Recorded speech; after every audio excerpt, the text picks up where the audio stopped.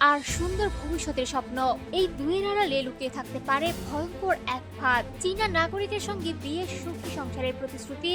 এমন প্রলোভনে গত 1 বছরে চীনে পাচার হয়েছেন শতাধিক বাংলাদেশি নারী। তাদের অনেকেই এখন বন্দি জীবন কাটাচ্ছেন, ফিরে আসতে চাইছেন নিজের দেশে। চীনের একটি অজ্ঞাত স্থান থেকে ভিডিও কলে নিজের ভয়াবহ অভিজ্ঞতার কথা জানিয়েছেন আঞ্জুয়ারা নামের এক তরুণী। নিরাপত্তার কারণে তার নাম পরিবর্তন করা হয়েছে। কান্নাজড়িত কণ্ঠে তিনি জানান, সামাজিক যোগাযোগ মাধ্যমে পরিচয় হয় চীনা যুবক মিংজং এর সঙ্গে। প্রেমের সম্পর্কের পর বিয়ের প্রলোভন দেখিয়ে তাকে বাংলাদেশ থেকে চীনে নিয়ে যাওয়া হয়, কিন্তু সেখানে পৌঁছানোর পর বদলে যায় সবকিছু।